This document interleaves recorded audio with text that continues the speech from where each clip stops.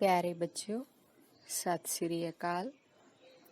ਅੱਜ ਬੇਟਾ ਆਪਾਂ ਆਪਣੀ ਪੰਜਾਬੀ ਦੀ ਪਾਠ ਪੁਸਤਕ ਵਿੱਚ ਦਰਜ ਪਾਠ 18 ਹਾਕੀ ਦਾ ਜਾਦੂਗਰ ਧਿਆਨ ਚੰਦ ਬਾਰੇ ਪੜ੍ਹਾਂਗੇ। ਹੁਣ ਇਹ ਵਿਅਕਤੀ ਦਾ ਨਾਂ ਧਿਆਨ ਚੰਦ ਹੈ। ਇਹਨੂੰ ਹਾਕੀ ਦਾ ਜਾਦੂਗਰ ਕਿਹਾ ਜਾਂਦਾ ਹੈ। ਜਾਦੂਗਰ ਤੁਹਾਨੂੰ ਪਤਾ ਹੀ ਹੈ, ਜਾਦੂ ਦਿਖਾਉਣ ਵਾਲਾ। ਤਾਂ ਧਿਆਨ ਚੰਦ ਨੂੰ ਹਾਕੀ ਦਾ ਜਾਦੂਗਰ ਇਸ ਕਰਕੇ ਕਿਹਾ ਜਾਂਦਾ ਹੈ ਕਿ ਇਹ ਹਾਕੀ ਦਾ ਇੰਨਾ ਵਧੀਆ ਖਿਡਾਰੀ ਸੀ ਕਿ ਜਦੋਂ ਖੇਡ ਦੇ ਮੈਦਾਨ ਦੇ ਵਿੱਚ ਇਹ ਹਾਕੀ ਖੇਡਦਾ ਤਾਂ ਇਉਂ ਲੱਗਦਾ ਸੀ ਜਿਵੇਂ ਕੋਈ ਜਾਦੂ ਕਰਦਾ ਹੋਵੇ, ਕਿਉਂਕਿ ਇਸ ਦੀ ਖੇਡ ਹੈ ਜਿਹੜੀ ਉਹ ਕਿਸੇ ਜਾਦੂ ਤੋਂ ਘੱਟ ਨਹੀਂ ਸੀ ਲੱਗਦੀ। ਇੰਨੇ ਸਾਰੇ ਆਪਣੇ ਨਾਲ ਦੇ ਹੋਰਨਾਂ ਖਿਡਾਰੀਆਂ ਨਾਲੋਂ ਉਹ ਇਕੱਲਾ ਹੀ ਵੱਧ ਗੋਲ ਕਰਦਾ ਸੀ। ਤਾਂ ਆਪਾਂ ਹੁਣ ਉਹਦੇ ਬਾਰੇ ਪੜ੍ਹਨ ਦੀ ਕੋਸ਼ਿਸ਼ ਕਰਾਂਗੇ, ਜਾਣਨ ਦੀ ਕੋਸ਼ਿਸ਼ ਕਰਾਂਗੇ ਕਿ ਉਹ ਵਿਅਕਤੀ ਕਿਹੋ ਜਿਹਾ ਸੀ। ਇਸ ਪਾਠ ਦੇ ਸ਼ੁਰੂ ਦੇ ਵਿੱਚ ਹੀ ਆਪਾਂ ਨੂੰ ਲੇਖਕ ਦੱਸਦਾ ਹੈ ਕਿ ਵਿਆਨਾ ਸ਼ਹਿਰ ਦੇ ਵਿੱਚ ਇੱਕ ਆਦਮੀ ਦੇ ਕੱਦ ਜਿੱਡਾ ਬੁੱਤ ਲੱਗਿਆ ਹੋਇਆ ਹੈ। ਹੁਣ ਬੁੱਤ ਤਾਂ ਹੋਰ ਬਹੁਤ ਸਾਰੇ ਸ਼ਹਿਰਾਂ ਦੇ ਵਿੱਚ ਲੱਗੇ ਹੁੰਦੇ ਨੇ, ਪਰ ਇਸ ਬੁੱਤ ਦੀ ਖਾਸੀਅਤ ਇਹ ਹੈ, ਵਿਸ਼ੇਸ਼ਤਾ ਇਹ ਹੈ ਕਿ ਇਹਦੇ ਕੋਈ 2 ਹੱਥ ਨਹੀਂ, ਸਗੋਂ 4 ਹੱਥ ਹੈ ਤੇ 4 ਹੱਥਾਂ ਦੇ ਵਿੱਚ ਹਾਕੀ ਸਟਿੱਕਾਂ ਫੜੀਆਂ ਹੋਈਆਂ ਨੇ। ਹੁਣ ਆਪਾਂ ਗੱਲ ਕੀਤੀ ਸੀ ਕਿ ਵਿਅਕਤੀ ਹੈ ਜਿਹੜਾ ਉਹ ਹਾਕੀ ਖੇਡ ਦਾ ਜਾਦੂਗਰ ਹੈ, ਤਾਂ ਉਹ ਜਾਦੂ ਦਿਖਾਉਂਦਾ ਹੈ ਖੇਡ ਦੇ ਮੈਦਾਨ ਦੇ ਵਿੱਚ। ਤਾਂ ਉਦੋਂ ਇਉਂ ਲੱਗਦਾ ਜਿਵੇਂ ਉਹਦੇ 2 ਹੱਥ ਨਹੀਂ 4 ਹੱਥ ਹੈ, 4 ਹੱਥਾਂ ਨਾਲ ਖੇਡਦਾ। ਤਾਂ ਇਹ ਜਿਹੜਾ ਉਹਦਾ ਬੁੱਤ ਹੈ ਉਹ ਇਹੀ ਗੱਲ ਨੂੰ ਦਰਸਾਉਂਦਾ ਹੈ, ਇਹੀ ਗੱਲ ਦਾ ਪ੍ਰਤੀਕ ਹੈ ਕਿ ਧਿਆਨ ਚੰਦ ਬਹੁਤ ਹੀ ਵਧੀਆ ਹਾਕੀ ਦਾ ਖਿਡਾਰੀ ਸੀ। ਇਹ ਸਾਰੇ ਵਿਸ਼ਵ ਦੇ ਵਿੱਚ ਪ੍ਰਸਿੱਧ ਹੋਇਆ। ਇੰਨਾ ਵਧੀਆ ਇਸ ਵਿਅਕਤੀ ਨੇ ਖੇਡ ਪ੍ਰਦਰਸ਼ਨ ਦਿਖਾਇਆ ਕਿ ਸਾਰੀ ਦੁਨੀਆ ਇਸ ਨੂੰ ਜਾਣਦੀ ਹੈ। ਇਹ ਕੌਣ ਸੀ? ਇਹ ਅੰਗਰੇਜ਼ ਭਾਰਤੀ ਫੌਜ ਦੇ ਵਿੱਚ ਛੋਟਾ ਜਿਹਾ ਸਿਪਾਹੀ ਸੀ। ਇਹ ਸਮਾਂ ਉਦੋਂ ਦਾ ਹੈ ਜਦੋਂ ਹਜੇ ਦੇਸ਼ ਆਜ਼ਾਦ ਨਹੀਂ ਸੀ ਹੋਇਆ। ਤਾਂ ਇਹ ਉੱਥੇ ਫੌਜ ਦੇ ਵਿੱਚ ਹੀ ਜਿਹੜੀ ਖਿਡਾਰੀਆਂ ਦੀ ਇੱਕ ਟੀਮ ਸੀ ਉਹਦੇ ਵਿੱਚ ਖੇਡਦਾ ਸੀ। ਤਾਂ ਇਹਦੀ ਖੇਡ ਇੰਨੀ ਵਧੀਆ ਸੀ ਕਿ ਇਹ ਆਪਣੇ ਦੇਸ਼ ਵਿੱਚ ਹੀ ਨਹੀਂ ਸਗੋਂ ਸਾਰੇ ਵਿਸ਼ਵ ਦੇ ਵਿੱਚ ਹਾਕੀ ਇਹਨੇ ਖੇਡੀ। ਤੇ ਇਹਨੂੰ ਸ਼ਰਧਾਂਜਲੀ ਦੇਣ ਲਈ ਅਸੀਂ 29 ਅਗਸਤ ਹੈ ਜਿਹੜਾ ਇਹ ਦਿਨ ਸਾਰੇ ਦੇਸ਼ ਦੇ ਵਿੱਚ ਖੇਡ ਦਿਵਸ ਦੇ ਵਜੋਂ ਮਨਾਉਂਦੇ ਹਾਂ, ਕਿਉਂਕਿ ਇਹ ਦਿਨ ਅਜਿਹਾ ਦਿਨ ਹੈ ਜਿਸ ਦਿਨ ਹਾਕੀ ਦੇ ਜਾਦੂਗਰ ਧਿਆਨ ਚੰਦ ਦਾ ਜਨਮ ਹੋਇਆ ਸੀ। ਇਹਦਾ ਜਨਮ ਹੈ ਬੇਟਾ ਉਹ ਝਾਂਸੀ ਸ਼ਹਿਰ ਦੇ ਵਿੱਚ ਹੋਇਆ ਸੀ ਤੇ ਇੱਥੇ ਉਹ ਆਪਣੇ ਹਾਕੀ ਸਾਥੀਆਂ ਦੇ ਨਾਲ ਹੀ ਹਾਕੀ ਜਾਂ ਹੋਰ ਖੇਡਾਂ ਜਿਹੜੀਆਂ ਉਸ ਸਮੇਂ ਸੋਟੀ ਦੇ ਨਾਲ ਖੇਡੀਆਂ ਜਾਂਦੀਆਂ ਸੀ ਉਹ ਖੇਡਦਾ ਵੱਡਾ ਹੋਇਆ।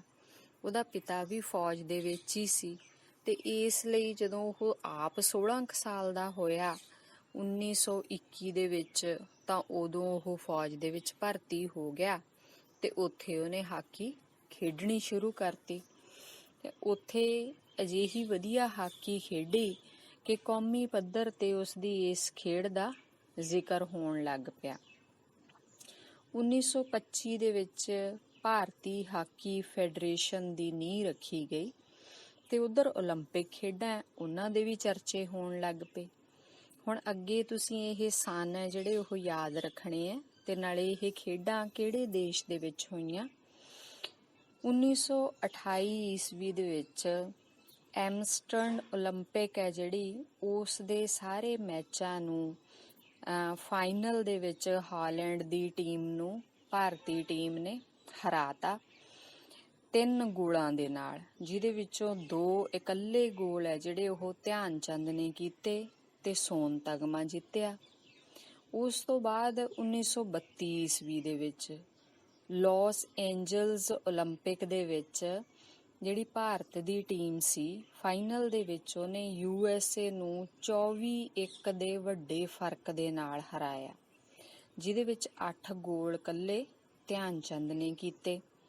ਇਸ ਤੋਂ ਇਲਾਵਾ ਬਰਲਿਨ ਦੇ ਵਿੱਚ 1936 ਦੇ ਵਿੱਚ ਜਿਹੜੀਆਂ ਓਲੰਪਿਕ ਖੇਡਾਂ ਹੋਈਆਂ ਉਹਦੇ ਵਿੱਚ ਭਾਰਤ ਦਾ ਮੁਕਾਬਲਾ ਜਰਮਨੀ ਦੇ ਨਾਲ ਹੋਇਆ। ਇਸ ਖੇਡ ਦੀ ਵਿਸ਼ੇਸ਼ਤਾ ਇਹ ਸੀ ਕਿ ਉਹਨੂੰ ਹਿਟਲਰ ਆਪ ਦੇਖਣ ਆਇਆ ਸੀ। ਹੁਣ ਹਿਟਲਰ ਬਾਰੇ ਤਾਂ ਤੁਸੀਂ ਜਾਣਦੇ ਹੀ ਹੋ ਨਾ, ਜਰਮਨੀ ਉਹਦਾ ਦੇਸ਼ ਸੀ, ਉਹਦੀ ਟੀਮ ਸੀ, ਉਹਦੀ ਟੀਮ ਖੇਡ ਰਹੀ ਸੀ ਤਾਂ ਉਹ ਆਪ ਮੈਚ ਵੇਖਣ ਆਇਆ, ਜਿਹਦੇ ਕਰਕੇ ਸਾਰੇ ਖਿਡਾਰੀ ਹੈ ਜਿਹੜੇ ਉਹ ਬੜੇ ਚੇਤਨ ਹੋ ਕੇ ਖੇਡ ਰਹੇ ਸੀ। ਪਰ ਇਹਦੇ ਵਿੱਚ ਵੀ ਧਿਆਨ ਚੰਦ ਇੰਨਾ ਵਧੀਆ ਖੇਡ ਖੇਡਿਆ ਕਿ ਹਿਟਲਰ ਹੈ ਜਿਹੜਾ ਉਹ ਬਾਹਰ ਬੈਠਾ ਆਪਦੇ ਦੰਦ ਪੀ ਹੀ ਗਿਆ, ਕਿਉਂਕਿ ਉਹਦੀ ਟੀਮ ਹੈ ਜਿਹੜੀ ਉਹ ਹਾਰ ਰਹੀ ਸੀ। ਤਾਂ ਹਾਰਦੀ ਹੋਈ ਟੀਮ ਹੈ ਜਿਹੜੀ, ਉਹਨੇ ਅਖੀਰ ਦੇ ਵਿੱਚ ਇਹੀ ਹੱਲ ਲੱਭਿਆ ਤੇ ਉਹਨੇ ਮਾਰ ਕੁਟਾਈ ਤੇ ਉਤਰਿਆ ਏ। ਇਸ ਮਾਰ ਕੁਟਾਈ ਦੇ ਵਿੱਚ ਧਿਆਨ ਚੰਦ ਦਾ ਇੱਕ ਦੰਦ ਵੀ ਟੁੱਟ ਗਿਆ, ਪਰ ਉਹ ਚੁੱਪਚਾਪ ਖੇਡਦਾ ਰਿਹਾ ਤੇ ਦੂਸਰੇ ਅੱਧ ਦੇ ਵਿੱਚ ਉਹਨੇ 6 ਗੋਲ ਹੋਰ ਕਰਤੇ। ਇਸ ਤਰ੍ਹਾਂ ਕੁੱਲ 14 ਦੇ ਵਿੱਚੋਂ 6 ਗੋਲ ਕੱਲੇ ਧਿਆਨ ਚੰਦ ਨੇ ਕੀਤੇ। ਤਾਂ ਇੰਨਾ ਵਧੀਆ ਹਾਕੀ ਦਾ ਇਹ ਵਿਅਕਤੀ ਖਿਡਾਰੀ ਸੀ, ਇਸੇ ਕਰਕੇ ਉਹਨੂੰ ਹਾਕੀ ਖੇਡ ਦਾ ਜਾਦੂਗਰ ਕਿਹਾ ਜਾਂਦਾ। ਇਹ ਕਿਹਾ ਜਾਂਦਾ ਹੈ ਕਿ ਜਦੋਂ ਇਹ ਮੈਚ ਖਤਮ ਹੋਇਆ ਤਾਂ ਹਿਟਲਰ ਨੇ ਆਪ ਆ ਕੇ ਉਹਨੂੰ ਕਿਹਾ ਕਿ ਮੈਂ ਆਪਣੀ ਫੌਜ ਦੇ ਵਿੱਚ ਤੈਨੂੰ ਬਹੁਤ ਵੱਡੀ ਕੋਈ ਪਦਵੀ ਦੇਵਾਂਗਾ, ਕਰਨਲ ਦੇ ਉੱਚੇ ਅਹੁਦੇ ਦੀ, ਕਿ ਤੂੰ ਮੇਰੀ ਫੌਜ ਦੇ ਵਿੱਚ ਆ ਜਾ। ਪਰ ਧਿਆਨ ਚੰਦ ਨੇ ਉਸ ਦੀ ਗੱਲ ਨਾ ਮੰਨੀ ਤੇ ਹਲੀਮੀ ਦੇ ਨਾਲ, ਬੜੀ ਅਦਬ ਦੇ ਨਾਲ ਮਨਾ ਕਰ ਦਿੱਤਾ। ਹੁਣ ਬੇਟਾ 3 ਓਲੰਪਿਕਾਂ ਇਸ ਵਿਅਕਤੀ ਨੇ ਖੇਡੀਆਂ। ਇਹਨਾਂ 3 ਓਲੰਪਿਕਾਂ ਦੇ ਖੇਡਣ ਦੇ ਨਾਲ ਹੀ ਸਾਰੀ ਦੁਨੀਆ ਦੇ ਵਿੱਚ ਧਿਆਨ ਚੰਦ ਦਾ ਨਾਂ ਹੈ ਜਿਹੜਾ ਉਹ ਚਮਕ ਗਿਆ। ਹਾਕੀ ਦੀ ਖੇਡ ਦਾ ਜਦੋਂ ਵੀ ਜ਼ਿਕਰ ਹੁੰਦਾ ਤਾਂ ਇਸ ਵਿਅਕਤੀ ਦਾ ਜ਼ਿਕਰ ਜ਼ਰੂਰ ਹੁੰਦਾ। ਤਾਂ ਛੇਤੀ ਇਸ ਵਿਅਕਤੀ ਨੇ ਹਾਕੀ ਤੋਂ ਸੰਨਿਆਸ ਲੈ ਲਿਆ। ਉਦੋਂ ਇਹਦੀ ਉਮਰ ਬਸ 31 ਸਾਲ ਹੀ ਸੀ ਜਦੋਂ ਇਹਨੇ ਹਾਕੀ ਖੇਡਣੀ ਬੰਦ ਕਰਤੀ। ਤਾਂ ਇਸ ਵਿਅਕਤੀ ਦੇ ਨਾਂ ਦੇ ਨਾਲ, ਇਹਦੀਆਂ ਖੇਡਾਂ ਦੇ ਨਾਲ ਕਈ ਕਹਾਣੀਆਂ ਜੁੜੀਆਂ ਹੋਈਆਂ ਨੇ। ਕਹਿੰਦੇ ਆ ਇੱਕ ਵਾਰ ਬ੍ਰੈਡਮੈਨ ਜਿਹੜਾ ਕ੍ਰਿਕਟ ਦਾ ਬਹੁਤ ਵਧੀਆ ਖਿਡਾਰੀ ਹੈ, ਉਹਨੇ ਹੈਰਾਨ ਹੋ ਕੇ ਇਹਨੂੰ ਪੁੱਛਿਆ ਵੀ ਤੂੰ ਸਟਿੱਕ ਦੇ ਨਾਲ ਇੰਨੇ ਗੋਲ ਕਿਵੇਂ ਕਰ ਲੈਂਦਾ? ਤਾਂ ਇਸ ਵਿਅਕਤੀ ਨੇ ਜਵਾਬ ਦਿੱਤਾ ਵੀ ਜਿਵੇਂ ਬੱਲੇ ਦੇ ਨਾਲ ਦੌੜਾਂ ਬਣਾਈਆਂ ਜਾਂਦੀਆਂ ਉਵੇਂ ਹੀ ਮੈਂ ਇਸ ਤਰ੍ਹਾਂ ਖੇਡ ਲੈਣਾ। ਤੇ ਇੱਕ ਵਾਰ ਕਹਿੰਦੇ ਬੇਟਾ ਖੇਡ ਦੇਖਣ ਆਏ ਜਿਹੜੇ ਦਰਸ਼ਕ ਹੈ ਉਹਨਾਂ ਦੇ ਵਿੱਚੋਂ ਇੱਕ ਨੂੰ ਸ਼ੱਕ ਹੋ ਗਿਆ ਕਿ ਧਿਆਨ ਚੰਦ ਹੈ ਜਿਹੜਾ ਇਹਦੀ ਹਾਕੀ ਦੀ ਸਟਿੱਕ ਦੇ ਨਾਲ ਜ਼ਰੂਰ ਹੀ ਕੋਈ ਨਾ ਕੋਈ ਚੁੰਬਕ ਵਰਗੀ ਚੀਜ਼ ਚਿਪਕਾਈ ਹੋਈ ਹੈ, ਜਿਸ ਦੇ ਕਰਕੇ ਇਸ ਦੀ ਜਿਹੜੀ ਗੇਂਦ ਹੈ ਉਹ ਹਾਕੀ ਦੀ ਸਟਿੱਕ ਨਾਲ ਉਤਰਦੀ ਨਹੀਂ। ਭਾਵ ਗੇਂਦ ਤੇ ਇਹ ਇੰਨਾ ਜ਼ਿਆਦਾ ਕਬਜ਼ਾ ਮੈਦਾਨ ਦੇ ਵਿੱਚ ਕਿਵੇਂ ਰੱਖ ਲੈਂਦਾ। ਤਾਂ ਕਿਸੇ ਨੇ ਇਹਨੂੰ ਕਿਹਾ ਵੀ ਤੂੰ ਛੜੀ ਆਪਣੀ ਬਦਲ, ਜਿਹੜੀ ਅਸੀਂ ਛੜੀ ਦੇਵਾਂਗੇ ਉਹਦੇ ਨਾਲ ਖੇਡ ਕੇ ਦਿਖਾ। ਤਾਂ ਇਸ ਵਿਅਕਤੀ ਨੇ ਉਸ ਛੜੀ ਦੇ ਨਾਲ ਵੀ ਕਈ ਗੋਲ ਕਰਤੇ। ਭਾਵ ਇਹਦੀ ਖੇਡ ਹੈ ਜਿਹੜੀ ਉਹੀ ਇੰਨੀ ਵਧੀਆ ਸੀ, ਉਹਦੇ ਵਿੱਚ ਕੋਈ ਛੜੀ ਜਾਂ ਕੋਈ ਗੇਂਦ ਹੈ ਜਿਹੜੀ ਉਹਨੂੰ ਬਦਲ ਦੇਣ ਨਾਲ ਵੀ ਕੋਈ ਫਰਕ ਨਹੀਂ ਸੀ ਪੈਂਦਾ, ਕਿਉਂਕਿ ਇਹ ਹੈ ਹੀ ਖੇਡ ਦਾ ਜਾਦੂਗਰ ਸੀਗਾ। ਅਜਿਹੀਆਂ ਅਨੇਕਾਂ ਹੀ ਕਥਾਵਾਂ ਜਿਹੜੀਆਂ ਉਹ ਇਸ ਵਿਅਕਤੀ ਦੇ ਨਾਂ ਦੇ ਨਾਲ ਜੁੜੀਆਂ ਹੋਈਆਂ ਨੇ। ਕਹਿੰਦੇ ਇੱਕ ਪ੍ਰਸਿੱਧ ਪਾਕਿਸਤਾਨੀ ਹਾਕੀ ਖਿਡਾਰੀ ਹੈ ਜਹਾਂਗੀਰ, ਜਦੋਂ ਉਹਦਾ ਪੁੱਤਰ ਖੇਡਣ ਲੱਗਿਆ ਤਾਂ ਉਹਨੇ ਆਪਦੇ ਪੁੱਤਰ ਨੂੰ ਇਹੀ ਕਿਹਾ ਕਿ ਜੇ ਤੂੰ ਖੇਡਣਾ ਹੈ ਤਾਂ ਫਿਰ ਧਿਆਨ ਚੰਦ ਵਾਂਗੂ ਖੇਡੀ, ਕਿਉਂਕਿ ਉਹ ਦੇਸ਼ ਦੀ ਆਜ਼ਾਦੀ ਤੋਂ ਪਹਿਲਾਂ ਧਿਆਨ ਚੰਦ ਦੇ ਨਾਲ ਖੇਡਦਾ ਹੁੰਦਾ ਸੀ। ਤਾਂ ਉਹਨੇ ਧਿਆਨ ਚੰਦ ਦੀ ਪ੍ਰਸ਼ੰਸਾ ਕਰਦੇ ਹੋਏ ਇਹ ਗੱਲ ਕਹੀ ਸੀ ਕਿ ਉਹ ਸ਼ਤਰੰਜ ਦੇ ਖਿਡਾਰੀ ਵਰਗੀ ਨਿਗਾਹ ਰੱਖਦਾ ਹੈ ਖੇਡ ਦੇ ਮੈਦਾਨ ਦੇ ਵਿੱਚ। ਉਹਨੂੰ ਪਤਾ ਹੁੰਦਾ ਹੈ ਕਿ ਉਹਦੇ ਸਾਥੀ ਤੇ ਵਿਰੋਧੀ ਕਿੱਥੇ ਕਿੱਥੇ ਖੜੇ ਹੈ, ਇਸ ਲਈ ਉਹ ਬਹੁਤ ਹੀ ਵਧੀਆ ਖੇਡ ਖੇਡਦਾ। ਤਾਂ ਇਹ ਧਿਆਨ ਚੰਦ ਹੈ ਜਿਹੜਾ, ਉਹਦੇ ਬਾਰੇ ਇਹ ਦੰਦ ਕਥਾਵਾਂ ਪ੍ਰਚਲਿਤ ਹੈ। ਬਹੁਤ ਸਾਰੀਆਂ ਕਥਾਵਾਂ ਹੋਰ ਕਿਸੇ ਖਿਡਾਰੀ ਦੇ ਨਾਂ ਨਾਲ ਨਹੀਂ ਜੁੜੀਆਂ ਹੋਈਆਂ ਜਿੰਨੀਆਂ ਕਿ ਧਿਆਨ ਚੰਦ ਦੇ ਨਾਲ ਜੁੜੀਆਂ ਹੋਈਆਂ। ਉਹ ਬੇਟਾ ਸੈਂਟਰ ਫਾਰਵਰਡ ਖੇਡਦੇ ਹੋਏ ਵੀ ਜ਼ਿਆਦਾ ਤੇਜ਼ੀ ਦੇ ਨਾਲ ਨਹੀਂ ਸੀ ਖੇਡਦਾ, ਕਿਉਂਕਿ ਇਸ ਖੇਡ ਦੇ ਵਿੱਚ ਜ਼ਿਆਦਾ ਜਿਹੜੀ ਹੈ ਤੇਜ਼ੀ ਉਹ ਚਾਹੀਦੀ ਹੁੰਦੀ ਹੈ, ਪਰ ਉਹਦੀ ਖੇਡ ਦੇ ਵਿੱਚ ਚੇਤਨਤਾ ਜ਼ਿਆਦਾ ਹੁੰਦੀ ਸੀ। ਉਹ ਬਿਜਲੀ ਵਰਗੀ ਰਫ਼ਤਾਰ ਦੀ ਵਰਤੋਂ ਨਹੀਂ ਸੀ ਕਰਦਾ, ਸਗੋਂ ਹੋਸ਼ ਦੇ ਨਾਲ ਬਹੁਤ ਧੀਮੀ ਗਤੀ ਦੇ ਨਾਲ ਖੇਡਦਾ ਸੀ। ਇਹੀ ਉਸ ਦੀ ਵਿਸ਼ੇਸ਼ਤਾ ਸੀ। ਉਹਨੂੰ ਇਹ ਚੰਗਾ ਨਹੀਂ ਸੀ ਲੱਗਦਾ ਕਿ ਗੇਂਦ ਦੇ ਨਾਲ ਇੱਕ ਹੀ ਖਿਡਾਰੀ ਹੈ ਜਿਹੜਾ ਖੇਡਦਾ ਹੋਇਆ ਚਿਪਕਿਆ ਰਹੇ। ਸਗੋਂ ਉਹ ਕਹਿੰਦਾ ਸੀ ਕਿ ਪਾਸ ਦੇਣਾ ਚਾਹੀਦਾ ਹੈ, ਗੇਂਦ ਹੈ ਜਿਹੜੀ ਉਹ ਆਪਣੇ ਨਾਲ ਦੇ ਸਾਥੀਆਂ ਨੂੰ ਵੀ ਦੇਣੀ ਚਾਹੀਦੀ ਹੈ, ਕਿਉਂਕਿ ਇੱਕ ਵਿਅਕਤੀ ਕੋਲ ਗੇਂਦ ਰਹੇ ਤਾਂ ਉਸ ਖੇਡ ਨੂੰ ਉਹ ਚੰਗੀ ਨਹੀਂ ਸੀ ਸਮਝਦਾ। ਇਹ ਬੇਟਾ ਵਿਅਕਤੀ ਹੈ ਜਿਹੜਾ 1963-64 ਦੇ ਵਿੱਚ NIS ਪਟਿਆਲਾ ਦੇ ਵਿੱਚ ਹਾਕੀ ਦਾ ਕੋਚ ਰਿਹਾ, ਯਾਨੀ ਕਿ ਦੇਸ਼ ਦੀ ਆਜ਼ਾਦੀ ਤੋਂ ਪਹਿਲਾਂ ਵੀ ਖੇਡਦਾ ਸੀ ਤੇ ਪਿੱਛੋਂ ਉਸਨੇ ਹਾਕੀ ਹੈ ਜਿਹੜੀ ਉਹ ਸਿਖਾਉਣੀ ਸ਼ੁਰੂ ਕਰਤੀ। ਉਹ ਜਿਹੜਾ ਖੇਡ ਦਾ ਮੈਦਾਨ ਸੀ ਉਸ ਦੇ ਵਿੱਚ ਉਹਦੀ ਇੱਕ ਜਿਹੜੀ ਪਹਿਚਾਣ ਹੈ ਉਹ ਬਿਲਕੁਲ ਵੱਖਰੀ ਹੁੰਦੀ ਸੀ, ਕਿਉਂਕਿ ਉਹਦਾ ਸਾਂਵਲਾ ਜਿਹਾ ਰੰਗ ਸੀ, ਦਰਮਿਆਨਾ ਕੱਦ ਸੀ, ਸਿਰ ਦੇ ਵਾਲ ਹੈ ਜਿਹੜੇ ਉਹ ਬਿਨਾਂ ਚੀਰ ਕੱਢੇ ਪਿੱਛੇ ਨੂੰ ਸਿੱਟੇ ਹੁੰਦੇ, ਹਮੇਸ਼ਾ ਚਿੱਟੀ ਟੀ-ਸ਼ਰਟ ਪਾਉਂਦਾ, ਕਾਲੀ ਨਿੱਕਰ ਪਾਉਂਦਾ ਤੇ ਖੇਡ ਦੇ ਮੈਦਾਨ ਦੇ ਬਾਹਰ ਬੈਠਾ ਉੱਚੀ ਉੱਚੀ ਬੋਲ ਕੇ ਵਿਦਿਆਰਥੀਆਂ, ਸਿੱਖਣ ਵਾਲੇ ਜਿਹੜੇ ਸੀ ਸਿਖਾਂਦਰੂ, ਉਹਨਾਂ ਦਾ ਹੌਸਲਾ ਵਧਾਉਂਦਾ ਜਾਂ ਉਹਨਾਂ ਨੂੰ ਤਾੜਦਾ ਜਾਂ ਉਹਨਾਂ ਨੂੰ ਸਮਝਾਉਂਦਾ। ਤੇ ਸਾਰੇ ਖਿਡਾਰੀ ਹੈ ਜਿਹੜੇ ਉਹ ਉਸ ਨੂੰ ਸਤਿਕਾਰ ਦੇ ਨਾਲ ਦਾਦਾ ਆਖਦੇ ਸੀ। ਦਾਦਾ ਦਾ ਮਤਲਬ ਬੰਗਾਲੀ ਭਾਸ਼ਾ ਦੇ ਵਿੱਚ ਹੁੰਦਾ ਵੱਡਾ ਭਰਾ। ਤਾਂ ਇਹ ਵਿਅਕਤੀ ਹੈ ਜਿਹੜਾ ਉਹ ਕਿਸੇ ਪੁਰਸਕਾਰ ਦੇ ਲਈ ਕਦੇ ਨਹੀਂ ਖੇਡਿਆ ਕਿ ਮੈਨੂੰ ਬਹੁਤ ਸਾਰੇ ਪੁਰਸਕਾਰ ਪ੍ਰਾਪਤ ਹੋਣ, ਪਰ ਫਿਰ ਵੀ ਭਾਰਤ ਸਰਕਾਰ ਨੇ ਉਹਨੂੰ ਅਨੇਕਾਂ ਪੁਰਸਕਾਰ ਦਿੱਤੇ। 1956 ਈਸਵੀ ਦੇ ਵਿੱਚ ਉਹਨੂੰ ਪਦਮ ਭੂਸ਼ਣ ਪੁਰਸਕਾਰ ਪ੍ਰਾਪਤ ਹੋਇਆ ਤੇ 1979 ਦੇ ਵਿੱਚ ਉਹਦੀ ਮੌਤ ਤੋਂ 1 ਸਾਲ ਬਾਅਦ ਉਹਦੀ ਯਾਦ ਦੇ ਵਿੱਚ ਇੱਕ ਡਾਕ ਟਿਕਟ ਜਾਰੀ ਕੀਤੀ ਗਈ। ਇਹ ਡਾਕ ਟਿਕਟ ਹੈ ਜਿਹੜੀ ਆਪਾਂ ਡਾਕ ਭੇਜਦੇ ਆ ਨਾ ਇੱਕ ਥਾਂ ਤੋਂ ਦੂਜੀ ਥਾਂ ਤੇ, ਉੱਥੇ ਲੱਗਣ ਵਾਲੀ ਟਿਕਟ ਹੁੰਦੀ ਹੈ। ਦੇਸ਼ ਦੀ ਰਾਜਧਾਨੀ ਦਿੱਲੀ ਦੇ ਵਿੱਚ ਇੱਕ ਵਿਸ਼ਵ ਪ੍ਰਸਿੱਧ ਸਟੇਡੀਅਮ ਹੈ ਜਿਹੜਾ ਉਹ ਵੀ ਉਸ ਨੂੰ ਸਮਰਪਿਤ ਕੀਤਾ ਹੋਇਆ, ਉਸ ਦੇ ਨਾਂ ਦੇ ਨਾਲ, ਇਸ ਵਿਅਕਤੀ ਦੇ ਨਾਂ ਦੇ ਨਾਲ ਜੁੜਿਆ ਹੋਇਆ। ਤਾਂ ਇੰਨਾ ਇਹ ਸਾਡਾ ਮਹਾਨ ਵਿਅਕਤੀ ਹੈ, ਮਹਾਨ ਖਿਡਾਰੀ ਹੈ। ਇਸ ਖਿਡਾਰੀ ਤੋਂ ਸਾਨੂੰ ਪ੍ਰੇਰਨਾ ਲੈਣੀ ਚਾਹੀਦੀ ਹੈ ਕਿ ਜੇ ਅਸੀਂ ਕੋਈ ਵੀ ਕੰਮ ਕਰੀਏ ਤਾਂ ਉਹ ਕੰਮ ਕਰਦੇ ਹੋਏ ਹਮੇਸ਼ਾ ਸਾਡੀ ਨਜ਼ਰ ਹੈ ਜਿਹੜੀ ਜਾਂ ਸਾਡਾ ਮਨ ਹੈ ਉਸ ਕੰਮ ਦੇ ਵਿੱਚ ਡੁੱਬਿਆ ਹੋਣਾ ਚਾਹੀਦਾ, ਆਸੇ-ਪਾਸੇ ਧਿਆਨ ਨਹੀਂ ਹੋਣਾ ਚਾਹੀਦਾ। ਤਾਂ ਫਿਰ ਸਾਨੂੰ ਜ਼ਰੂਰ ਇੱਕ ਦਿਨ ਸਫਲਤਾ ਪ੍ਰਾਪਤ ਹੁੰਦੀ ਹੈ, ਜਿਹਦੇ ਲਈ ਅਸੀਂ ਹਮੇਸ਼ਾ ਯਤਨ ਕਰਦੇ ਰਹਿੰਦੇ ਹਾਂ। ਤਾਂ ਬੇਟਾ ਅੱਗੇ ਇਸ ਪਾਠ ਦਾ ਅਭਿਆਸ ਹੈ। ਅਭਿਆਸ ਦੇ ਪ੍ਰਸ਼ਨ ਨੇ। ਸਭ ਤੋਂ ਪਹਿਲਾ ਪ੍ਰਸ਼ਨ ਹੈ, ਧਿਆਨ ਚੰਦ ਕੌਣ ਸੀ? ਉਸ ਦੀ ਯਾਦ ਹਰ ਸਾਲ ਕਿਵੇਂ ਮਨਾਈ ਜਾਂਦੀ ਹੈ? ਤਾਂ ਧਿਆਨ ਚੰਦ ਹੈ ਜਿਹੜਾ ਉਹ ਹਾਕੀ ਦਾ ਵਿਸ਼ਵ ਪ੍ਰਸਿੱਧ ਖਿਡਾਰੀ ਸੀ। ਉਸ ਦੀ ਯਾਦ ਅਸੀਂ 29 ਅਗਸਤ ਨੂੰ ਖੇਡ ਦਿਵਸ ਵਜੋਂ ਮਨਾਉਂਦੇ ਹਾਂ, ਕਿਉਂਕਿ 29 ਅਗਸਤ ਨੂੰ ਧਿਆਨ ਚੰਦ ਦਾ ਜਨਮ ਦਿਨ ਸੀ ਤੇ ਸਾਰਾ ਵਿਸ਼ਵ ਹੈ ਜਿਹੜਾ ਉਹ ਖੇਡ ਦਿਵਸ ਵਜੋਂ ਇਸ ਦਿਨ ਨੂੰ ਮਨਾਉਂਦਾ ਹੈ। ਆੜਾ ਪ੍ਰਸ਼ਨ ਹੈ, ਧਿਆਨ ਚੰਦ ਦਾ ਬੁੱਤ ਕਿੱਥੇ ਲੱਗਾ ਹੋਇਆ ਹੈ? ਇਸ ਬੁੱਤ ਦੀ ਕੀ ਵਿਸ਼ੇਸ਼ਤਾ ਹੈ? ਇਸ ਪ੍ਰਸ਼ਨ ਦੇ ਵਿੱਚ 2 ਪ੍ਰਸ਼ਨ ਹੈ। ਧਿਆਨ ਚੰਦ ਦਾ ਬੁੱਤ ਕਿੱਥੇ ਲੱਗਾ ਹੋਇਆ ਹੈ? ਉਹ ਵਿਆਨਾ ਸ਼ਹਿਰ ਦੇ ਵਿੱਚ ਲੱਗਿਆ ਹੋਇਆ ਹੈ। ਤੇ ਇਸ ਬੁੱਤ ਦੀ ਕੀ ਵਿਸ਼ੇਸ਼ਤਾ ਹੈ ਕਿ ਦੂਸਰੇ ਇਨਸਾਨਾਂ ਦੇ ਬੁੱਤ ਹੈ ਜਿਹੜੇ ਬਹੁਤ ਸ਼ਹਿਰਾਂ 'ਚ ਲੱਗੇ ਹੋਏ ਹੈ, ਉਹਨਾਂ ਦੇ ਆਮ ਤੌਰ ਤੇ ਹਰ ਇੱਕ ਦੇ 2 ਹੱਥ ਨੇ, ਪਰ ਇਹ ਜਿਹੜਾ ਬੁੱਤ ਹੈ ਇਹਦੀ ਵਿਸ਼ੇਸ਼ਤਾ ਇਹ ਹੈ ਕਿ ਇਹਦੇ 2 ਨਹੀਂ ਸਗੋਂ 4 ਹੱਥ ਨੇ।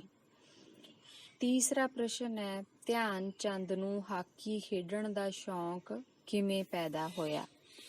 ਤਾਂ ਇਹਦਾ ਉੱਤਰ ਹੈ ਕਿ ਧਿਆਨ ਚੰਦ ਵੀ ਆਪਣੇ ਸਾਥੀਆਂ ਦੇ ਨਾਲ, ਜਿਵੇਂ ਸਾਰੇ ਬੱਚੇ ਖੇਡਦੇ ਆ ਬਚਪਨ ਦੇ ਵਿੱਚ ਗਲੀਆਂ ਦੇ ਵਿੱਚ ਖੇਡਦਾ ਹੁੰਦਾ ਸੀ, ਤਾਂ 16 ਸਾਲ ਦੀ ਉਮਰ ਦੇ ਵਿੱਚ ਉਹ ਅੰਗਰੇਜ਼ ਭਾਰਤੀ ਫੌਜ ਦੇ ਵਿੱਚ ਭਰਤੀ ਹੋ ਗਿਆ ਸੀ।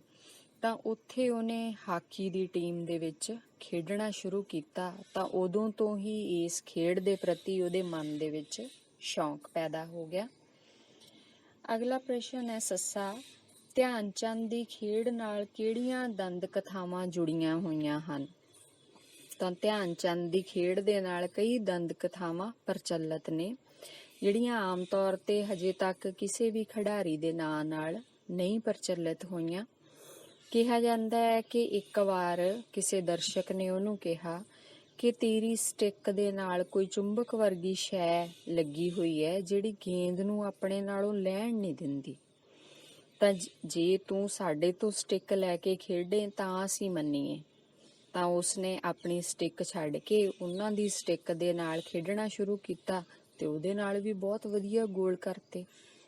ਇਸ ਤੋਂ ਇਲਾਵਾ ਪਾਕਿਸਤਾਨੀ ਜਿਹੜਾ ਕ੍ਰਿਕਟ ਹੈ ਟੀਮ, ਉਹਦੇ ਵਿੱਚ ਪ੍ਰਸਿੱਧ ਖਿਡਾਰੀ ਹੈ ਜਹਾਂਗੀਰ ਬੱਟ, ਤਾਂ ਕਹਿੰਦੇ ਉਹਨੇ ਵੀ ਆਪਦੇ ਪੁੱਤਰ ਨੂੰ ਇਹੀ ਸਲਾਹ ਦਿੱਤੀ ਸੀ ਕਿ ਜੇ ਤੂੰ ਖੇਡਣਾ ਤਾਂ ਤੂੰ ਫਿਰ ਧਿਆਨ ਚੰਦ ਵਾਂਗੂ ਹੀ ਖੇਡੀ, ਕਿਉਂਕਿ ਧਿਆਨ ਚੰਦ ਦੇ ਨਾਲ ਮੈਂ ਦੇਸ਼ ਦੀ ਆਜ਼ਾਦੀ ਤੋਂ ਪਹਿਲਾਂ ਖੇਡਿਆ ਹੋਇਆ। ਇਸ ਤਰ੍ਹਾਂ ਦਾ ਖਿਡਾਰੀ ਹੈ ਉਹ ਕਿ ਖੇਡ ਦੇ ਵਿੱਚ ਸ਼ਤਰੰਜ ਦੇ ਖਿਡਾਰੀ ਦੇ ਵਾਂਗ ਪੂਰਾ ਚੇਤਨ ਹੋ ਕੇ ਖੇਡਦਾ। ਉਹਨੂੰ ਸਾਰੇ ਮੈਦਾਨ ਬਾਰੇ ਪਤਾ ਹੁੰਦਾ ਹੈ ਕਿ ਕਿੱਥੇ ਉਹਦਾ ਵਿਰੋਧੀ ਹੈ ਤੇ ਕਿੱਥੇ ਉਹਦਾ ਸਾਥੀ ਖੜਾ ਹੋਇਆ। ਇਸ ਤੋਂ ਇਲਾਵਾ ਕਹਿੰਦੇ ਜਰਮਨੀ ਦੇ ਵਿੱਚ ਜਦੋਂ ਉਹਨੇ ਜਰਮਨ ਫੌਜਾਂ ਦੀ ਟੀਮ ਦੇ ਨਾਲ ਹਾਕੀ ਮੈਚ ਲਾਇਆ ਸੀ ਤਾਂ ਉਹ ਹਿਟਲਰ ਵੀ ਦੇਖਣ ਆਇਆ ਸੀ। ਤਾਂ ਹਿਟਲਰ ਨੇ ਦੇਖਿਆ ਕਿ ਇਹ ਵਿਅਕਤੀ ਇੰਨਾ ਵਧੀਆ ਖੇਡਦਾ ਹੈ, ਇਹਨੇ ਮੇਰੇ ਦੇਸ਼ ਦੀ ਟੀਮ ਨੂੰ ਹਰਾਤਾ, ਤਾਂ ਉਹਨੇ ਕਿਹਾ ਕਿ ਮੇਰੇ ਮੈਚ ਤੋਂ ਬਾਅਦ ਦੇ ਵਿੱਚ ਕਿਹਾ ਕਿ ਤੂੰ ਮੇਰੀ ਫੌਜ ਦੇ ਵਿੱਚ ਆ ਕੇ ਭਰਤੀ ਹੋ ਜਾ, ਮੇਰੇ ਦੇਸ਼ ਵੱਲੋਂ ਖੇਡੀ। ਪਰ ਧਿਆਨ ਚੰਦ ਨੇ ਮਨਾ ਕਰ ਦਿੱਤਾ। ਇਸ ਤਰ੍ਹਾਂ ਦੀਆਂ ਅਨੇਕਾਂ ਦੰਦ ਕਥਾਵਾਂ ਨੇ ਜਿਹੜੀਆਂ ਉਹ ਧਿਆਨ ਚੰਦ ਦੇ ਨਾਲ ਜੁੜੀਆਂ ਹੋਈਆਂ ਨੇ।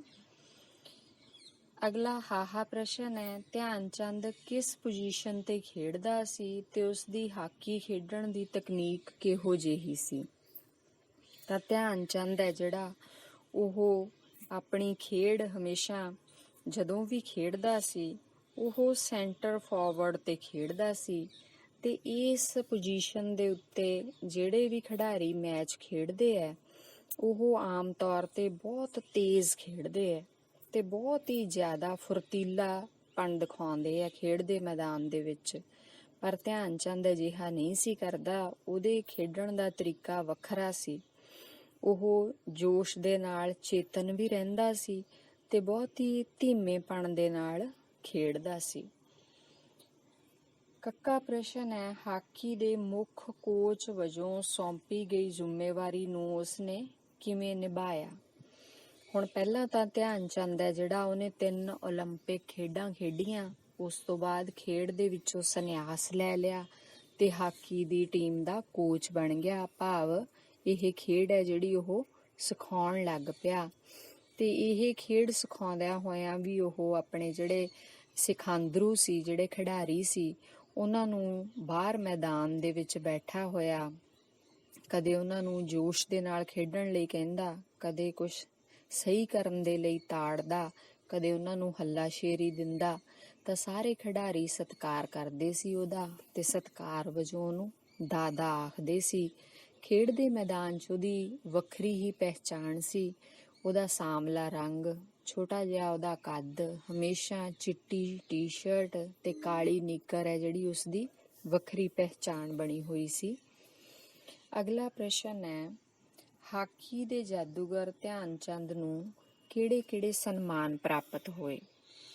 ਤਾਂ ਹਾਕੀ ਦੇ ਮੈਦਾਨ ਦੇ ਵਿੱਚ ਇੰਨਾ ਵਧੀਆ ਖੇਡਣ ਦੇ ਕਾਰਨ ਇਸ ਨੂੰ ਅਨੇਕਾਂ ਜਿਹੜੇ ਹੈ ਸਨਮਾਨ ਪ੍ਰਾਪਤ ਹੋਏ, ਜਿਸ ਦੇ ਵਿੱਚ ਵਿਸ਼ੇਸ਼ ਕਰਕੇ ਪਦਮ ਭੂਸ਼ਣ ਖਿਤਾਬ ਹੈ ਜਿਹੜਾ 1956 ਦੇ ਵਿੱਚ ਮਿਲਿਆ ਤੇ 1979 ਦੇ ਵਿੱਚ ਇਸ ਦੀ ਮੌਤ ਤੋਂ 1 ਸਾਲ ਬਾਅਦ ਇਹਦੀ ਯਾਦ ਦੇ ਵਿੱਚ ਇੱਕ ਡਾਕ ਟਿਕਟ ਜਾਰੀ ਕੀਤਾ ਗਿਆ ਭਾਰਤ ਸਰਕਾਰ ਵੱਲੋਂ। ਇਸ ਤੋਂ ਇਲਾਵਾ ਦੇਸ਼ ਦੀ ਰਾਜਧਾਨੀ ਦਿੱਲੀ ਵਿੱਚ ਵਿਸ਼ਵ ਪ੍ਰਸਿੱਧ ਸਟੇਡੀਅਮ ਹੈ ਜਿਹੜਾ ਉਹ ਵੀ ਉਸ ਨੂੰ ਸਮਰਪਿਤ ਕੀਤਾ ਗਿਆ। ਤਾਂ ਇਸ ਤਰ੍ਹਾਂ ਬੇਟਾ ਬਹੁਤ ਜ਼ਿਆਦਾ ਮਾਣ ਸਨਮਾਨ ਹੈ ਜਿਹੜਾ ਉਹ ਇਸ ਵਿਅਕਤੀ ਨੂੰ ਪ੍ਰਾਪਤ ਹੋਇਆ, ਭਾਵੇਂ ਉਹ ਇਸ ਸਿਰਫ ਸਨਮਾਨ ਦੇ ਲਈ, ਇਨਾਮਾਂ ਦੇ ਲਈ ਕਦੇ ਨਹੀਂ ਖੇਡਿਆ। ਦੂਸਰਾ ਪ੍ਰਸ਼ਨ ਹੈ ਜਿਹੜਾ ਉਹ ਤੁਹਾਡੇ ਔਖੇ ਸ਼ਬਦਾਂ ਦੇ ਅਰਥ ਹੈ, ਜਿਹਦੇ ਵਿੱਚ ਜੇ ਤੁਸੀਂ ਇਹਨਾਂ ਸ਼ਬਦਾਂ ਨੂੰ ਸਮਝ ਲਓਗੇ, ਕੁਝ ਸ਼ਬਦ ਨੇ, ਤਾਂ ਜਦੋਂ ਤੁਸੀਂ ਇਹ ਸਾਰਾ ਪਾਠ ਪੜ੍ਹੋਗੇ ਤਾਂ ਤੁਹਾਨੂੰ ਪਾਠ ਪੜ੍ਹਦੇ ਸਮੇਂ ਕੋਈ ਔਖਿਆਈ ਨਹੀਂ ਆਉਣੀ। ਇਹਨੂੰ ਸਮਝਣ ਦੇ ਵਿੱਚ ਬੜਾ ਹੀ ਸੌਖ ਮਹਿਸੂਸ ਕਰੋਗੇ। ਇਹਦੇ ਲਈ ਇਹ ਪੜ੍ਹਨੇ ਬਹੁਤ ਜ਼ਰੂਰੀ ਹੈ, ਪੜ੍ਹ ਕੇ ਇਹਨਾਂ ਨੂੰ ਸਮਝਣਾ ਜ਼ਰੂਰੀ ਹੈ। ਇਹ ਹੈਗੇ ਆ ਬੇਟੇ ਆਦਮ ਕੱਦ।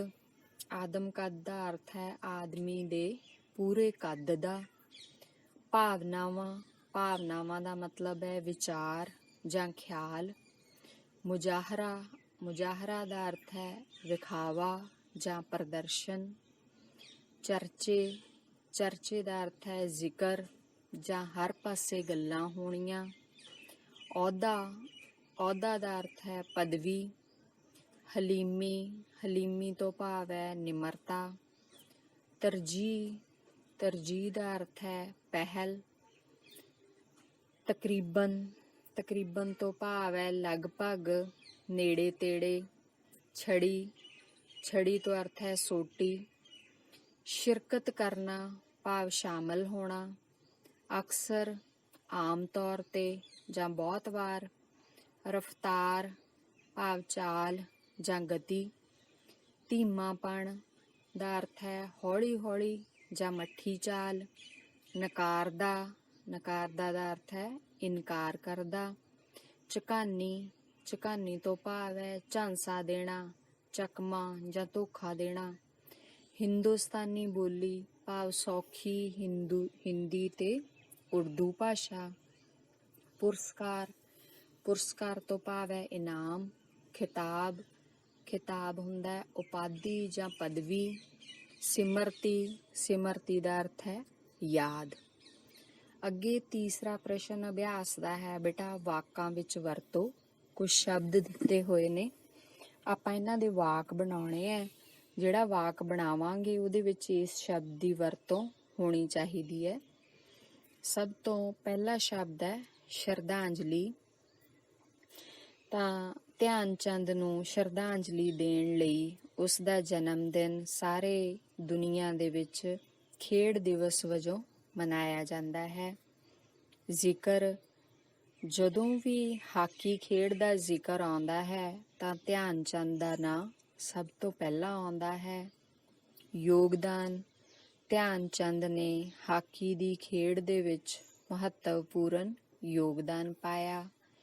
ਪੇਸ਼ਕਸ਼, ਹਾਕੀ ਦੀ ਟੀਮ ਦੀ ਇੰਨੀ ਵਧੀਆ ਪੇਸ਼ਕਸ਼ ਧਿਆਨ ਚੰਦ ਤੋਂ ਇਲਾਵਾ ਹੋਰ ਕਿਸੇ ਖਿਡਾਰੀ ਨੇ ਨਹੀਂ ਕੀਤੀ। ਅਦਬ, ਹਿਟਲਰ ਦੁਆਰਾ ਦਿੱਤੀ ਗਈ ਸਲਾਹ ਨੂੰ ਧਿਆਨ ਚੰਦ ਨੇ ਅਦਬ ਨਾਲ ਠੁਕਰਾ ਦਿੱਤਾ। ਸੰਨਿਆਸ ਲੈ ਲੈਣਾ, 30-31 ਸਾਲ ਦੀ ਉਮਰ ਵਿੱਚ ਹੀ ਧਿਆਨ ਚੰਦ ਨੇ ਹਾਕੀ ਦੀ ਖੇਡ ਤੋਂ ਸੰਨਿਆਸ ਲੈ ਲਿਆ। ਦੰਦ ਕਥਾਵਾਂ, ਧਿਆਨ ਚੰਦ ਦੇ ਜੀਵਨ ਤੇ ਉਸ ਦੀਆਂ ਖੇਡਾਂ ਨਾਲ ਬਹੁਤ ਸਾਰੀਆਂ ਦੰਦ ਕਥਾਵਾਂ ਜੁੜੀਆਂ ਹੋਈਆਂ ਹਨ। ਸਿਜਦਾ ਕਰਨਾ, ਅਸੀਂ ਧਿਆਨ ਚੰਦ ਦੀ ਖੇਡ ਨੂੰ ਤੇ ਉਸ ਦੀ ਮੁਹਾਰਤ ਨੂੰ ਸਿਜਦਾ ਕਰਦੇ ਹਾਂ। ਵਿਲੱਖਣ, ਧਿਆਨ ਚੰਦ ਇੱਕ ਵਿਲੱਖਣ ਸ਼ਖਸੀਅਤ ਦਾ ਮਾਲਕ ਸੀ। ਤੇਜ਼ ਤਰਾਰ, ਧਿਆਨ ਚੰਦ ਕਦੇ ਵੀ ਬਹੁਤ ਤੇਜ਼ ਤਰਾਰ ਹੋ ਕੇ ਨਹੀਂ ਸੀ ਖੇਡਦਾ, ਸਗੋਂ ਧੀਮੀ ਗਤੀ ਨਾਲ ਖੇਡਦਾ ਸੀ। ਘਾਤਕ, ਧਿਆਨ ਚੰਦ ਕੋਈ ਅਜਿਹਾ ਫੈਸਲਾ ਨਹੀਂ ਸੀ ਲੈਂਦਾ ਜਿਹੜਾ ਕਿ ਖੇਡ ਲਈ ਘਾਤਕ ਸਿੱਧ ਹੋਵੇ। ਦਾਦ ਦੇਣਾ, ਦਾਦ ਦੇਣਾ ਦਾ ਮਤਲਬ ਹੁੰਦਾ ਹੈ ਪ੍ਰਸ਼ੰਸਾ ਕਰਨੀ। ਸਾਰੇ ਲੋਕ ਧਿਆਨ ਚੰਦ ਦੀ ਖੇਡ ਦੀ ਦਾਦ ਦਿੰਦੇ ਸਨ। ਸਮਰਪਿਤ ਕਰਨਾ, ਤਾਂ ਦਿੱਲੀ ਦੇ ਵਿੱਚ ਬਣਿਆ ਹੋਇਆ ਖੇਡ ਸਟੇਡੀਅਮ ਧਿਆਨ ਚੰਦ ਨੂੰ ਸਮਰਪਿਤ ਕੀਤਾ ਹੋਇਆ ਹੈ। ਇਹ ਸਾਡੇ ਜਿਹੜੇ ਸੀ ਅਭਿਆਸ ਦੇ ਪ੍ਰਸ਼ਨ ਸੀ 3। ਉਸ ਤੋਂ ਬਾਅਦ ਸਾਡੇ ਅਭਿਆਸ ਦੇ ਵਿੱਚ ਵਿਆਕਰਨ ਭਾਗ ਆਉਂਦਾ ਹੈ। ਵਿਆਕਰਨ ਭਾਗ ਦੇ ਵਿੱਚ ਹੈ ਯੋਜਕ। ਤਾਂ ਯੋਜਕ ਬਾਰੇ ਤੁਸੀਂ ਜਾਣਦੇ ਹੋ, ਪੜ੍ਹਿਆ ਹੋਇਆ ਤੁਸੀਂ ਕਿ ਯੋਜਕ ਕੀ ਹੁੰਦਾ ਹੈ। ਯੋਜਕ ਬੇਟਾ ਜਿਹੜਾ ਸ਼ਬਦ ਦੋ ਸ਼ਬਦਾਂ, ਵਾਕਾਂਸ਼ਾਂ ਜਾਂ ਵਾਕਾਂ ਨੂੰ ਜੋੜਦਾ ਹੈ ਉਹਨੂੰ ਯੋਜਕ ਕਿਹਾ ਜਾਂਦਾ ਹੈ। ਜਿਵੇਂ ਉਦਾਹਰਨ ਵਜੋਂ ਉਹ ਚੁੱਪਚਾਪ ਖੇਡਦਾ ਰਿਹਾ ਅਤੇ ਦੂਜੇ ਅੱਧ ਵਿੱਚ 6 ਗੋਲ ਹੋਰ ਕਰਨ ਵਿੱਚ ਆਪਣਾ ਅਹਿਮ ਯੋਗਦਾਨ ਪਾਇਆ। ਤਾਂ ਇੱਥੇ ਜਿਹੜਾ ਅਤੇ ਸ਼ਬਦ ਹੈ ਇਹ ਅਤੇ ਯੋਜਕ ਹੈ। ਯੋਜਕ ਹੈ ਜਿਹੜੇ ਬੇਟਾ ਉਹ ਅਰਥ ਦੇ ਪੱਖੋਂ ਦੋ ਪ੍ਰਕਾਰ ਦੇ ਹੁੰਦੇ ਆ, ਸਮਾਨ ਯੋਜਕ ਤੇ ਅਧੀਨ ਯੋਜਕ। ਸਮਾਨ ਯੋਜਕ ਤੋਂ ਕੀ ਭਾਵ ਹੈ? ਜਿਹੜਾ ਯੋਜਕ ਸਮਾਨ ਜਾਂ ਬਰਾਬਰ ਦੇ ਸ਼ਬਦਾਂ, ਵਾਕਾਂਸ਼ਾਂ ਜਾਂ ਵਾਕਾਂ ਨੂੰ ਜੋੜੇ ਉਹਨੂੰ ਸਮਾਨ ਯੋਜਕ ਕਿਹਾ ਜਾਂਦਾ ਹੈ। ਉਦਾਹਰਨ ਵਜੋਂ ਇਸ ਬੁੱਤ ਦੇ 2 ਨਹੀਂ ਸਗੋਂ 4 ਹੱਥ ਹਨ ਅਤੇ ਚੌਹਾਂ ਵਿੱਚ ਹੀ ਹਾਕੀ ਸਟਿੱਕਾਂ ਹਨ। ਇਹਦੇ ਵਿੱਚ ਅਤੇ ਸ਼ਬਦ ਹੈ ਜਿਹੜਾ ਉਹ ਸਮਾਨ ਯੋਜਕ ਹੈ, ਕਿਉਂਕਿ ਅਤੇ ਤੋਂ ਅੱਗੇ ਤੇ ਪਿੱਛੇ ਜਿਹੜੇ ਵਾਕ ਨੇ ਉਹ ਸਮਾਨ ਨੇ। ਅਧੀਨ ਯੋਜਕ ਹੁੰਦਾ ਹੈ, ਇਹ ਯੋਜਕ ਵਾਕ ਦੇ ਵਧੇਰੇ ਨਿਰਭਰ ਹਿੱਸੇ ਤੋਂ ਪਹਿਲਾਂ ਆਉਂਦੇ ਹਨ ਤੇ ਉਹਨਾਂ ਨੂੰ ਵਾਕ ਦੇ ਘੱਟ ਨਿਰਭਰ ਹਿੱਸੇ ਨਾਲ ਜੋੜਦੇ ਹਨ। ਭਾਵ ਇੱਕ ਵਾਕ ਹੈ ਜਿਹੜਾ ਉਹਦੇ ਤੋਂ ਅਰਥ ਜ਼ਿਆਦਾ ਸਪਸ਼ਟ ਹੁੰਦਾ ਹੈ, ਦੂਸਰੇ ਤੋਂ ਅਰਥ ਜ਼ਿਆਦਾ ਸਪਸ਼ਟ ਨਹੀਂ ਹੁੰਦਾ। ਜਿਹਦੇ ਤੋਂ ਘੱਟ ਸਪਸ਼ਟ ਹੁੰਦਾ ਹੈ ਉਹਦੇ ਤੋਂ ਪਹਿਲਾਂ ਇਹ ਯੋਜਕ ਆਉਂਦਾ ਹੈ। ਉਦਾਹਰਨ ਆਪਾਂ ਦੇਖਦੇ ਹਾਂ। ਉਦਾਹਰਨ ਵਜੋਂ ਕੋਈ ਵੀ ਤੁਸੀਂ ਵਾਕ ਹੈ ਜਿਹੜਾ ਉਹ ਲੈ ਸਕਦੇ ਹੋ, ਜਿਸ ਦੇ ਵਿੱਚ ਜਿਵੇਂ ਇੱਕ ਵਾਰ ਦਰਸ਼ਕਾਂ ਨੂੰ ਸ਼ੱਕ ਪੈ ਗਿਆ ਕਿ ਧਿਆਨ ਚੰਦ ਦੀ ਹਾਕੀ ਨਾਲ ਕੋਈ ਚੁੰਬਕ ਵਰਗੀ ਸ਼ੈ ਚਿਪਕਾਈ ਹੋਈ ਹੈ। ਇਹਦੇ ਵਿੱਚ ਕੀ ਹੈ ਜਿਹੜਾ ਉਹ ਅਧੀਨ ਯੋਜਕ ਹੈ। ਤਾਂ ਇਸ ਦੇ ਨਾਲ ਹੀ ਬੇਟਾ ਤੁਹਾਡੀ ਪਾਠ ਪੁਸਤਕ ਦੇ ਵਿੱਚ ਹੇਠਾਂ ਖਿਡਾਰੀ ਦਾ ਨਾਂ ਤੇ